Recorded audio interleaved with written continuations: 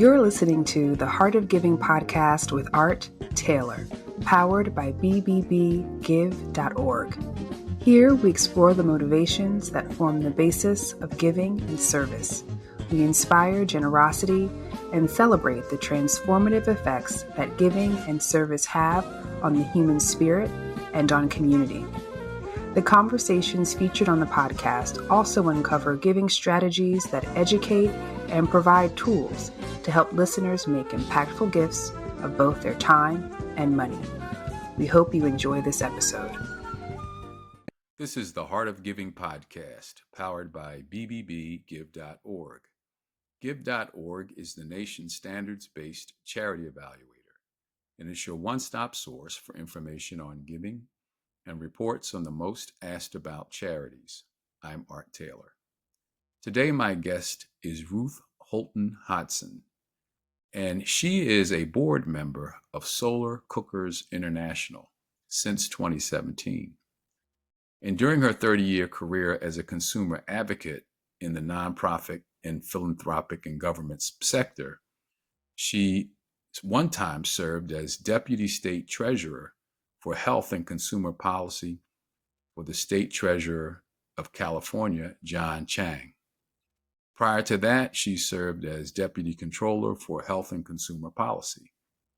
And she spent 10 years working for the California Wellness Foundations as a Special Projects Director and Director of Public Policy, focusing on increasing access to healthcare in low-income communities.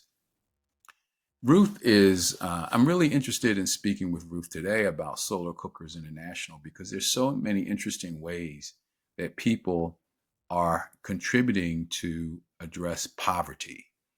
And in this particular case, address one of the remnants of policy.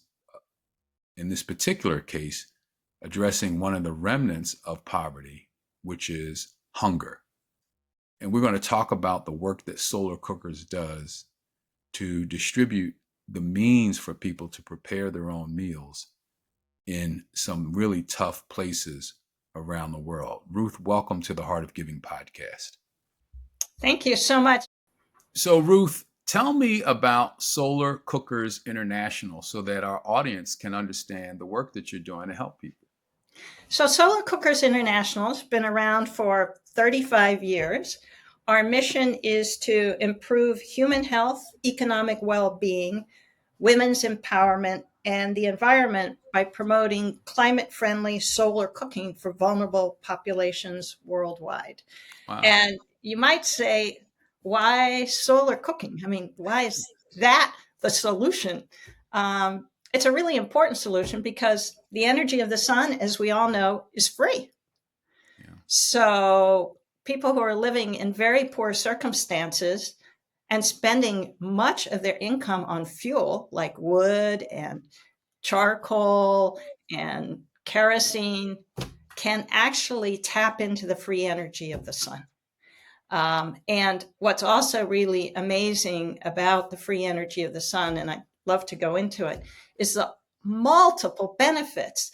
So when there's almost 2.4 billion people in the world that cook over an open fire. Can you imagine that? Just breathing in those fumes. Well, if you're cooking with the sun, no fumes. It's so much better for your health. It's so much better for the health of your kids. It frees up enormous amounts of time. So a woman, instead of sitting there stirring the pot and breathing in all that smoke, can actually be doing other things to help her family, herself, and her community. And then it also supports the environment because the most important fuel that's being used is wood. And so one family of four, I couldn't believe this. Every time I say it, I still can't believe it. One family of four uses 1 ton of wood a year. Wow. To fuel their fire. So where's that wood coming from? It's coming from the forests and the woods near the villages, which slowly get cut down, which creates tremendous deforestation, which then in turn leads to all these environmental consequences. So solar cooking is not just about cooking. It's really about improving health, improving the environment, and improving the climate. So that's a triple play. Triple play, it is That's actually one of the few things that meets all 17 of the United Nations sustainability goals. wow. Well, let's talk about how you actually enable solar cooking. So probably the most important thing we do, we started in, and I'm sure you'll recognize this having worked with nonprofits and in philanthropy yourself, we started off with giving out solar cookers. But that is just not sustainable from a small organization here in Sacramento. And so what we've really done, which I think is just critical, is we've moved in a policy direction where we actually serve as the hub, if you like, of this worldwide solar cooking movement. And so we divide our work into three pieces: advocacy, research, and capacity building. So on the advocacy side, we are one of the organizations that is enabled to work with the United Nations. And that's really important. So we go to, the annual climate conference, COP. We go to all kinds of meetings and such at the United Nations, where we're able to talk to policymakers from around the world about the importance of solar cooking and how it actually is very easy to implement. Because, we can't do it from here, from Sacramento. But for example, if we're talking to, as we did 2 years ago, to the environmental minister in Kenya, and she was thrilled to find out about solar cooking. And so now she's a real proponent of solar cooking, and we're still working with her. We're working with the minister in the Central African Republic. We're working with ministers in Mali, all about, okay, so how do you then implement solar cooking in your country? So that advocacy piece is really important. The other thing we do is we provide a lot of educational resources. So we put together these fact sheets on how much money a country can save by moving its population away from the organic fuels that they use for cooking to solar cooking, which is in the billions. So advocates can use that information. And finally, we also do capacity building, where we have projects that we work with to really sort of figure out and learn lessons from what's the most effective way of implementing solar cooking projects around the world. So we have a long-standing project in Kenya, we've worked in Yemen, we've worked in Nepal. So that's sort of a very quick overview. So, how does one implement solar cooking in a community or region or country for that matter? So we actually work with partners around the world. There are 4 million, we estimate, solar cookers being used around the world. And we work with them in various different ways. If you just have a community that's sort of interested in solar cooking, the first place they can start is going to our solar cooker wiki on solarcooking.org. And there we actually break down, and we have a toolkit that breaks down all the steps that you need to take to implement a program. So, for example, what we do in Kenya is we work with an organization called Eco Mandate, and they're based in Nairobi, and they actually make the cookers themselves. And then with donors' support, we purchase the cookers and we provide them to Kakuma refugee camp, which is 200,000 refugees in Kenya, northern Kenya. And we work with that refugee camp to actually help them empower women to use solar cookers. And what's really important that people sort of say, oh, well, just give refugees solar cookers, is that they're not going to know how to use them properly or effectively. They've already experienced so much trauma. They want to do things they know how to do in an effective way. And so that what we do is we work with who are the women, who are the informal leaders in the community. Always important to work with them. Show them solar cookers. They're like, oh my goodness, how much money I save. It actually works with the food that I like to cook. And then we train them to then train the next generation of women. And so then it starts taking off because it's like, oh, Mrs. So-and-so has a solar cooker, and look what she's been able to do with it and how much money she's saving. I want one of those too. So how much does it cost roughly to build one and to? Well, everyone asks that question, and they can be built in so many different ways that it's hard to say. So, for example, the solar cookers that we buy from Eco Mandate is around $400. That feeds 2 families for like 10 years. They last for a long time. I was going to ask about Simple durability. wooden boxes and with glass or metal. So it depends on how fancy the solar cooker is. It can be very fancy. You can see all kinds of solar cookers on our wiki site, or it can be very simple. I have a very simple solar cooker that was, I think, $150, which is Mylar, and I just sit it on a table, and I have a black pot and a lid on that pot. And I put whatever I want, my sweet potatoes or whatever, in that pot, and the sun cooks my sweet potato. So super simple. Fantastic. So you estimate the need to be what for solar cookers around the country, around the world?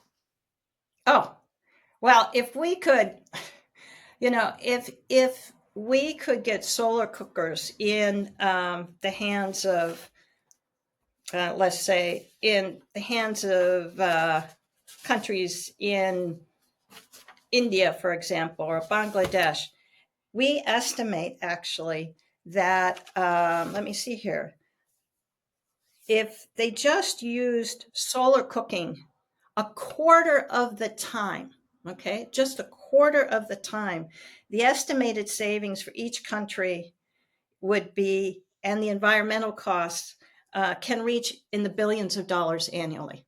And so how many have you distributed over time? Do you have any sense of how many you've distributed yourself? I'm just trying to get a sense of the impact you're having economically. So the impact,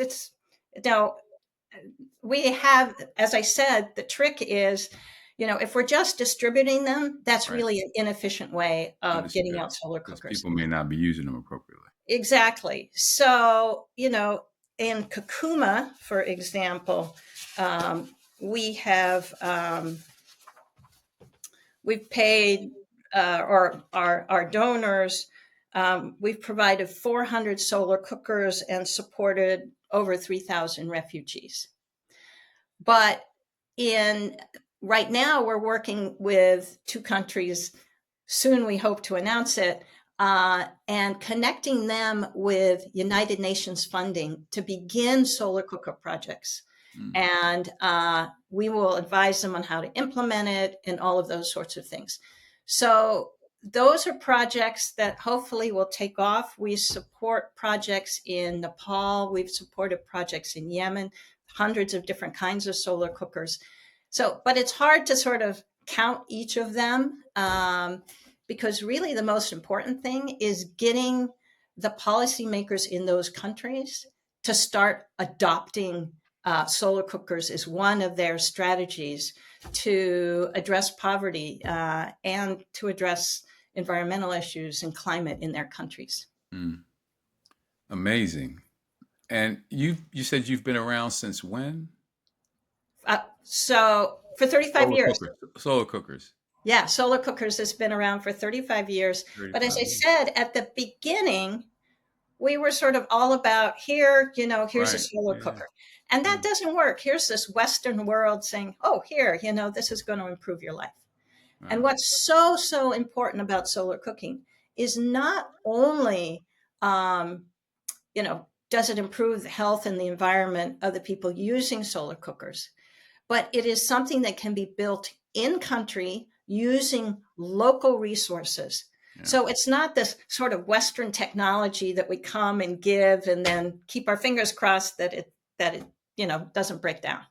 So do you also have a way of transferring these cookers from place to place? I guess, are they portable? I guess they are. Well, they are, but there's no need for us to transport them But they do. because I mean, not you. I they mean, do. people. Yeah. Exactly. So, they're not. So in Kakuma, as I said, we support this company, Eco Mandate, and they build the boxes, they load them on the trucks, and they drive them to Kakuma refugee camp. Wow. In other places, there are lots of great projects where they're engaging. For example, the project we worked in Yemen, where they're engaging women and girls in manufacturing their own solar cookers. It just takes wood and a shiny surface and glass or plastic. And how you want to build them, people can just go up again on our solar cookie wiki, and we have instructions on building all different kinds of solar cookers. So it's really about giving people the tools and the information they need to then construct their own solar cookers. And there are projects all over the world. Again, if you go on our wiki, we have projects in countries around the world. Our wiki is in 43 different languages. And so you can go up and you can look up Mexico, India, Bangladesh, name the country. And then that'll have articles about what's happening in solar cooking and solar cooking partners and organizations in those different countries. So we enable people to connect with one another, from the same cultures with the same cooking traditions, to say, hey, how does that work? What are you doing in Chile? In Haiti, we've been supporting and working with this wonderful woman who's on our advisory board, and she runs a restaurant using solar cooking. Well, how did you get involved in this? Well, I live in Sacramento, which is the capital, obviously, of California, and have done a lot of advocacy work myself. I come from an international background. My dad was in the State Department. And I read about solar cookers, and I thought, I love the idea of doing something international. I love the idea of something that helps women, and the profound sort of effects of solar cooking that it has, the multiplier effects, is really astonishing. So I thought this would be a really fun organization to become part of. And then I'm in a book club, and this is how things happen, right? Through networks. And one of my book club members said, the woman that's renting a room from me is the CEO of Solar Cookers International, and she's looking for board members. And I'm like, Wow. yes, And you signed sign right me up. up.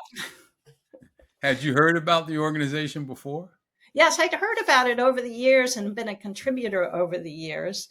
And because, I often get there was for a long time a nonprofit newsletter of jobs, and I had seen that they were looking for a fundraiser. So I'd hooked up a friend of mine and said, here's a fundraising job, it'd be really cool. So she actually got the job. So I'd known about them for years. Well, now we mentioned that you also worked for California Wellness and other organizations. Talk about your transition from there to government, which you spent some time in. It looks like your whole life was one of service. And you mentioned now your father, who was in the Foreign Service. I guess that has some influence on you as well. Well, it does. I've actually never been in the business world. Okay.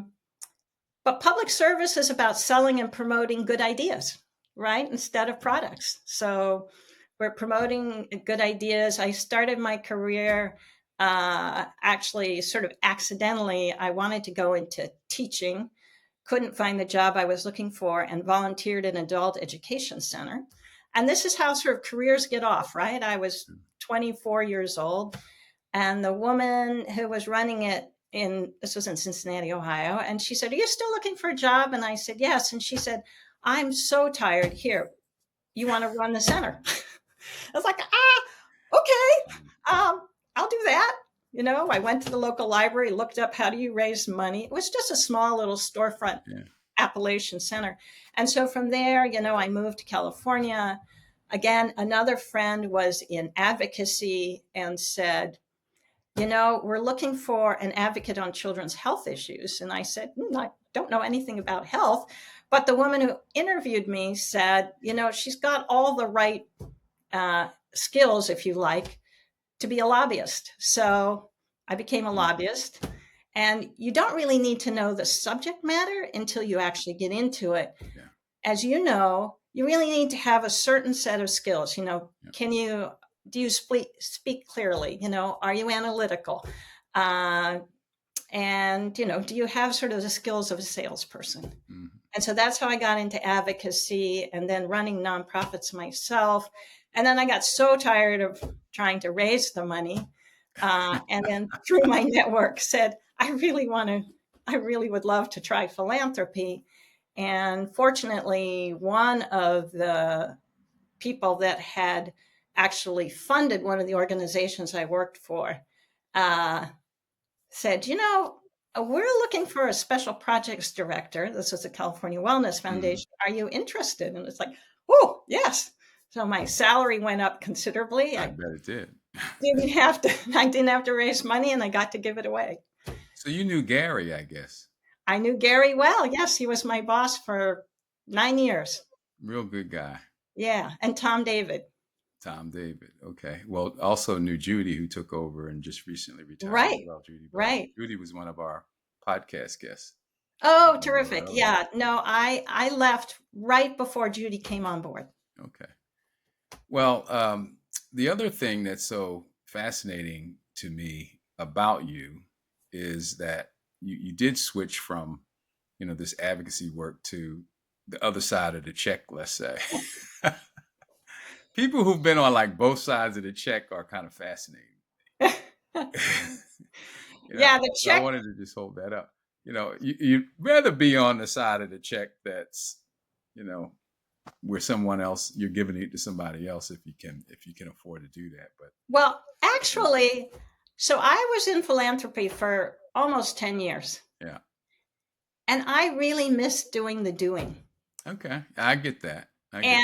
There's a lot of foundations that I think they're the doers by giving them the money, and then they have all these constraints on them. Yeah. I love the California Wellness Foundation because we didn't do that. We're about core operating support. Yeah.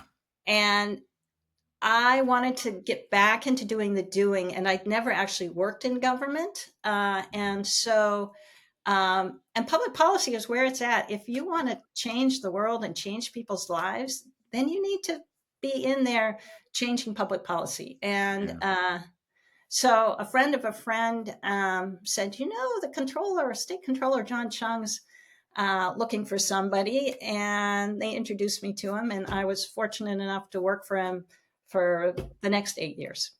How about that? Well, it's amazing. And, it's so interesting. You talked about how you went from one thing to another almost serendipitously. The same thing happened to me when a couple of times, really. I mean, I was working as a public accountant, CPA, and the firm that I worked for audited a nonprofit that later on hired me. And it was so wild how that happened. I had been out of that work for a few years and actually had gotten laid off from a job. Oh. And the place where I was doing the audit, I was actually just walking down the street past their building, and the CFO of that organization sees me on the street. Oh. He says, "Hey, what are you up to?" And I said, "Actually, I'm going to law school at night and I'm looking for a job." He says, "Well, you should take mine." Oh. Yeah, that's how it happens sometimes. And it was so amazing because I took that job, and literally 5 years later, I was the CEO of a national job training program where I was. Wow. So it's amazing how that happens. And that pretty much, launched my career in the nonprofit world. So it's a lot of serendipity. I would never have thought I'd be working in a nonprofit, but it worked really well for me. If someone had told me when I first started in my career, and I sort of had this grand idea that I wanted to improve the American educational system, that I would end up as a lobbyist and as, a high level person in philanthropy and then working in state government at an executive level, I would go, really? Like, how does one do that? Right.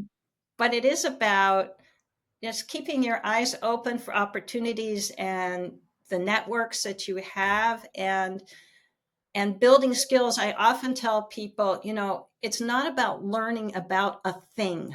It is Mm, about learning how you connect with people who know that thing. yeah.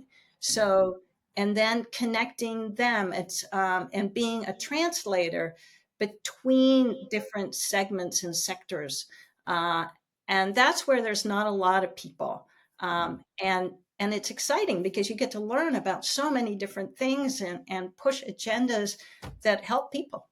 yeah. Well, I think it's great that you're doing this as a volunteer with Solar Cookers. You're obviously retired now, as you told me before the interview. And I don't know what is retirement? That's for I someone hate the who's word. I service oriented. hate the word What retirement is because that? it suggests you're stopping. Yeah, So there's no I stopping. I unfortunately ended up retiring like right before COVID. I was going to travel. I was going to take art classes, and then figure out what work I actually wanted to do. And then, of course, it was COVID. So, you sort of throw spaghetti on the wall. What satisfies you? And a big part of me needs to feel like I am being productive and serving my community, Yeah, regardless of the size of that. yeah. So I serve on a couple of boards. I volunteer for a nonprofit organization that supports refugees and asylum seekers here in Sacramento. And then I also work on environmental issues through a fairly new organization called Third Act, founded by Bill McGibbon. And Mhm. I help them with all the sort of legislative work. So I still get my policy Mhm. kick. And then I also do some direct service. I do the boards, and then I also paint. So Oh, great. it sort of fills it up, but it's very hard at the beginning to sort of to feel, and I often still do, like, am I on the right path? We're so sort of career driven, and it's like, where's my value added? Mm. Well, I'm curious to see what you might say to this question about people who have left, let's say, a certain career, thinking that, okay, I don't have to go back to work if I don't want to. I'm at a point in my life where I don't need to. What would you say about service as a way of creating fulfillment for individuals who's reached that point in their lives? I think for me, service is an essential component about what I need to do.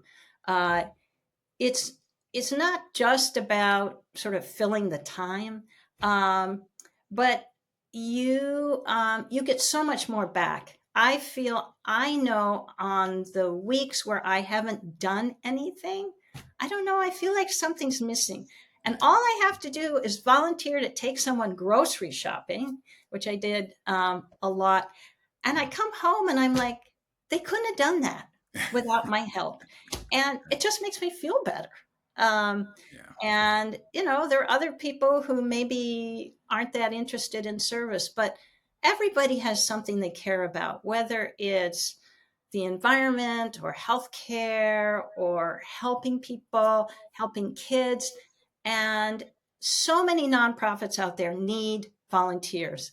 And I can tell you, having been at high executive levels throughout my career, it is so fun just going in, giving some advice, and leaving.